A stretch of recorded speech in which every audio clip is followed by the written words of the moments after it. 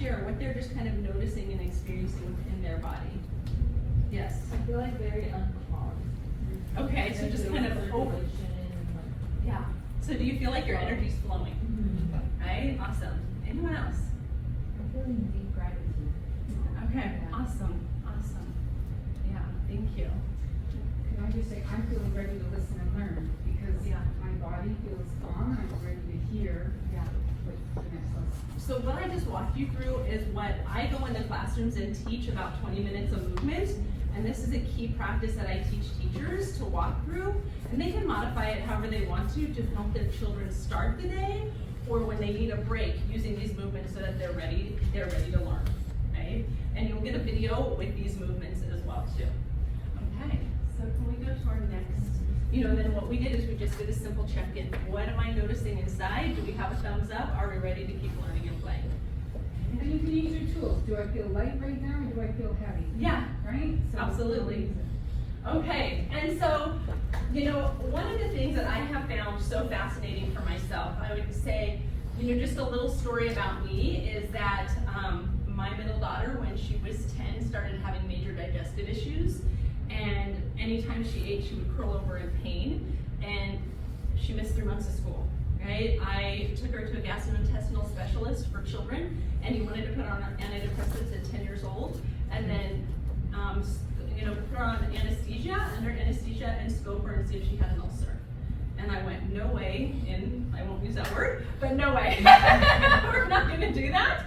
And so I was lucky to meet a woman that taught me how to help heal her body naturally through food. What she didn't teach me was how to manage stress, right? So my journey really started with how do I help my child, and then realize that all of her friends, high-performing, awesome kids dealing with anxiety, depression, digestive issues, and so it's like, what is going on with our children? So it really put me on a journey of not only how do I help my child, but how do I help other children as well too, and why are so many children sick? That's where I was introduced to the work of Dr. Zach Bush, and he started talking about how right now we're at, because of what we've done to the soil, we are seeing, right, I'll give you a little history. 1940s, we started using antibiotics. 1960s, we started spraying our fields.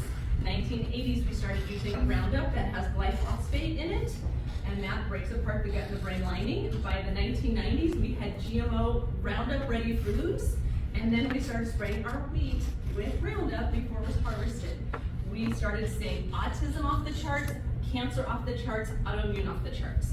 And so, he said, what we're seeing is we have poisoned the land and our food, and so our children being born into this time have more conditions, right? They have more digestive issues, and so the way we solve that is we reconnect to each other and we heal the land, right? And so I started coming into schools teaching them about how to eat healthier and make healthy food choices and get kids loving vegetables, and from there, I realized as I was in the classroom, yes, eating healthy is super important, but the stress level of the teachers was off the charts, right? The kids were having a hard time focusing. And so I started sneaking in mindfulness. I didn't have permission, but I couldn't even say the word mindfulness in Glendora 15 years ago. I mean, that's how I sure as heck couldn't say yoga, right? I mean, I had to be so careful, but I just started teaching them movements like this that started to calm their body before we learned about nutrition. And so for me, that passion of being able to give kids tools to manage their health is key. And then after the pandemic, I wasn't able to teach nutrition anymore, so I started bringing in more of the movements into the classroom. But it really changed for me when I met, through Dr. Bush, I met this amazing quantum physicist who actually re-engineered water. And I got to work under his guidance, and he said, Christy, our natural state is wellness. If we're not feeling well, there's an interruption in our energy field. I didn't know anything about energy. When you guys were kids, did you know anything about energy? I didn't realize that we are all energy, right? Every flower, every tree, the chairs we're sitting on, everything is energy, right? We're literally 99.9% empty space, but we're not taught that. What are our foundations? They're energy. And Right. like attracts like, so if you're in a high light, high frequency, you attract Yeah. high light frequency vibrations and experiences. If you're in your low, you attract low. So when you're aware of that, knowledge is power. Yeah, and so when I started realizing that, oh my gosh, I had a private health coaching practice, teaching people how to eat and how to move, but I realized that every condition that they have is energy based, right? So if I actually start teaching them about their energy and they become aware of their energy, now in our energy field is our thoughts, our feelings, our emotions, right? Our dreams, our desires, our traumas. They're all held within our energy field. So when we start processing our emotions, guess what? We're clearing out that old negative energy and we're actually restoring energy back to our chakra system within our body.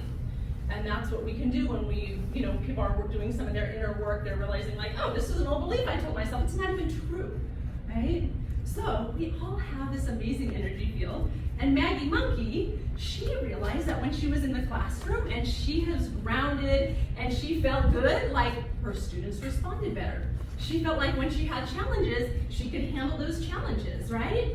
But she also noticed that when she was having something going on in her family and that she wasn't grounded herself, or she was kind of frustrated or angry when she walked in the classroom, she would snap at the children. She wasn't able to handle the things as well as she would when she was grounded. And she noticed that the students kind of picked up on that too. And so she went to Starfish, right, who is our expert at learning our star power and listening inside, and said, Starfish, can you help me understand what is going on in my classroom? And Starfish said, it's amazing, Maggie, that, let's see if I can reach through here, we all have an energy field. Let's see if I can, there's a magic way to smash this down. Here, go this way. There we go. That if you can imagine, right, if you put your arms out, right, you have an energy field or a bubble around you that's about 8 feet out, right? That holds, as I said, all of our emotions, our thoughts, our dreams, our desires, what's mostly who we are that we can't see. And so we start realizing that we have this energy field. First, we want to feel good in our energy field, but do we want other people to feel good in our energy field too? Right? So when you focus on something you love, so I'm going to invite you to just close your eyes, and I want you to think of something that you love to do. And I want you to imagine you're doing that thing.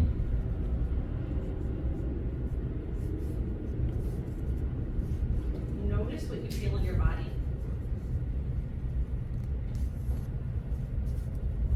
You can stay with your eyes closed if you want to, or you can open your eyes, but what are you starting to feel in your body when you think about something you love to do?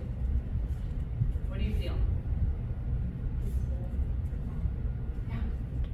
So whatever we're feeling here, right, is literally radiating out into our field and is felt by others. So the more we can realize that we are these beautiful, fabulous, energetic beings, and we start listening inside, which is what Starfish does, is teaching us to listen inside, we can check in and go, wow, I'm feeling really peaceful right now. Or wow, I just had an argument with one of my kids and I'm really feeling unsettled, right? And I need to do something. I either need to go clear the air or I need to get outside and ground. We're starting to really be superheroes inside and listen to what we're feeling inside of ourselves. Because I just want to say, it's just a thought. We can change a thought in a moment. And when we change our perspective on it, we can reach for a better feeling thought. So that's it. You're just changing it to a lighter, like the feather thought versus this raw, heavy thought. Right. So awareness of the two, you can see how we perfectly were in alignment with what we teach and how we could offer this to others. So children starting to understand, oh my gosh, I have this energy field around me, right? They love it because, starting to get this at a young age, I have this energy field around me. And the more that I become aware of what I'm feeling, helps me, right? So how many of you times have you guys walked in a room and you're around somebody you just love being around and you just want to be next to them, right? You're feeling your energy field, right? And then can you tell when you were a kid and your parents were fighting? You're like, oh, okay, I'm not going in that room, right? So we're using our energy fields whether we know it or not. So our job is to be responsible for our own energy field, right? And what's really cool is that we can't see our energy, but we can actually have a little experiment, do a little experiment so that we can become aware of how our energy flows through our body, right? And so with children, we can make it really fun with the animal characters, but I just want you guys to have an experience yourselves. And so, when some of you might volunteer.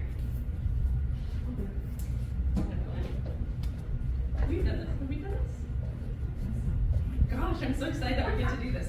Okay, so this does not have an on or off switch, but we get more energy, right? And our energy is flowing through our body. So hold one side, and then what do you think is going to happen when she holds the other side? Any guesses? Let's see. So hold your hands, hold it on this. So yeah, like there you go. So what's happening? Energy going through me. Yeah. Coming from one side to the other. Good energy. Yeah, she's got, of course Lauren has good energy, right? And so she's turning that on with her own energy. So we might not be able to see our energy, but this is actually showing us that her energy is flowing from one hand to the other and turning on the energy stick. So just like when you turn on a light, you need a complete circuit of energy to turn on the light. So when you turn on the light switch, it's making a circle of energy. She's making her own circle of energy, okay? Okay, so who wants to volunteer next? You stay up here, Lauren, so you're gonna, what else wants? Okay, come on up here. Okay, and so now, Lauren, you hold one side. And remind me your name again. Gabby, and then Gabby hold one side. Gabby, could you go on the other side? There Sure. Okay, and so why isn't it lighting up, you guys? What do we need? There's a lot in there. We need contact. So how can you create a circle? Solution seekers. Wow. So now what's happening? Right? Their energy's flowing through each other. So whether we know it or not, you guys, our energy's flowing through each other all the time. We're just not always holding a light stick. Now, one of you tap on the other one's hand. Tap. Like tap. Like tap. Yeah, so like, okay, so then, like you go. Tap this on. Music is Isn't that cool? So when kids start realizing they don't understand, they think they're separate. But we're all energy, we're all the same energy, we're actually all connected. This starts helping children understand that we are interconnected to each other. So would you guys like to stand and make a circle? And we can all see if we can light up the energy stick. Okay, who hasn't been holding it yet? Do you two want to do it? So don't hold it yet, because let's everybody hold hands if you're comfortable with that. Right? Okay, Sylvia, you want to be in here? Okay. Okay. Awesome. And so now what's happening? Okay,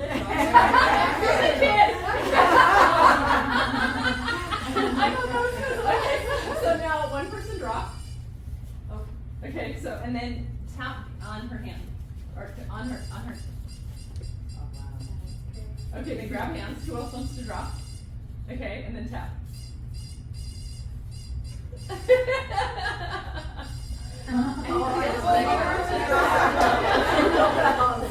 And so just starting to realize that our energy is connected.